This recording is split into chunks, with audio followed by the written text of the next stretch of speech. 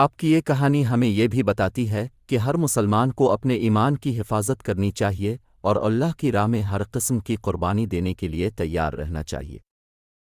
حضرت ابوبکر رضی اللہ عنہ کی زندگی ایک مثال ہے کہ کس طرح ایک شخص اپنے ایمان اور اصولوں کے ساتھ زندگی گزار سکتا ہے اور ایک قوم کی رہنمائی کر سکتا ہے۔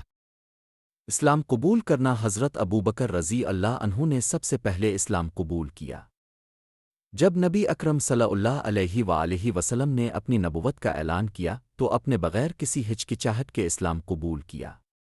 آپ کی یہ شجاعت اور ایمان کی طاقت نے آپ کو مسلمانوں کے درمیان ایک خاص مقام عطا کیا۔ اپنی دولت اور اثر و رسوخ کا استعمال کرتے ہوئے بہت سے لوگوں کو اسلام کی طرف راغب کیا۔ ایک حقیقی اسلامی کہانی۔ حضرت ابوبکر صدیق رضی اللہ عنہ کی زندگی۔ ابتدائی زندگی۔ حضرت ابوبکر صدیق رضی اللہ عنہ، جن کا نام عبداللہ بن ابی قحافہ تھا، اسلامی تاریخ کے ایک اہم ترین شخصیت ہے۔ آپ کی پیدائش مکہ مکرمہ میں ہوئی اور آپ قریش کے قبیلے سے تعلق رکھتے تھے۔ آپ کی والدہ کا نام سلم تھا۔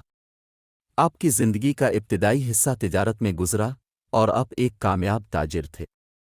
آپ کی ایمانداری اور دیانت داری کی وجہ سے آپ کو صدیق کا لقب دیا گیا۔ جنگ یمامہ جو کہ حضرت ابوبکر رضی اللہ عنہ کی خلافت کے دوران ہوئی، ایک اہم معرکہ تھا۔ اس جنگ میں بہت سے صحابہ کرام شہید ہوئے اور یہ جنگ اسلام کی بقا کے لیے ایک فیصلہ کن موڑ ثابت ہوئی۔ حضرت ابوبکر رضی اللہ عنہ نے اس جنگ کی قیادت کی اور اپنے عزم و ہمت سے مسلمانوں کو فتح دلائی۔ حضرت ابوبکر رضی اللہ عنہ کی وفات۔ حضرت ابوبکر رضی اللہ عنہ کی وفات 13 ہجری میں ہوئی۔ آپ کی عمر تقریباً 63 سال تھی۔ اپنی زندگی میں جو خدمات انجام دیں ان کی بدولت آپ کو خلیفۃ المسلمین کا لقب دیا گیا۔ آپ کی وفات کے بعد مسلمانوں نے حضرت عمر بن خطاب خلافت کا آغاز۔ نبی اکرم صلی اللہ علیہ وآلہ وسلم کی وفات کے بعد مسلمانوں کو ایک رہنما کی ضرورت محسوس ہوئی۔ حضرت ابوبکر رضی اللہ عنہ کو خلافت کے لیے منتخب کیا گیا۔ آپ کی خلافت کا آغاز ایک نازک وقت میں ہوا جب بہت سے قبائل نے اسلام سے منہ موڑ لیا تھا۔ آپ نے اس وقت اپنی حکمت اور بصیرت سے کام لیا اور رد کی جنگیں لڑ کر اسلام کو مضبوط کیا۔ قرآن کا جمع کرنا۔ حضرت ابوبکر رضی اللہ عنہ نے قرآن مجید کے جمع کرنے کا کام بھی شروع کیا۔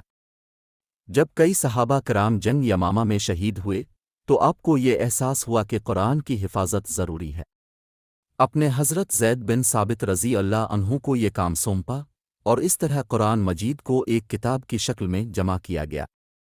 یہ کام اسلامی تاریخ میں ایک اہم سنگ میل ثابت ہوا۔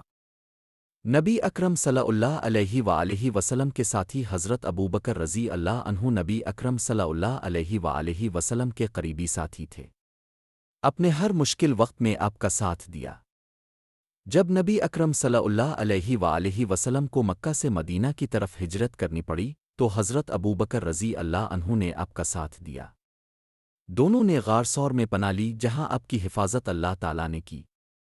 اس واقعے نے مسلمانوں کے دلوں میں حضرت ابوبکر رضی اللہ عنہ کی محبت کو مزید بڑھا دیا۔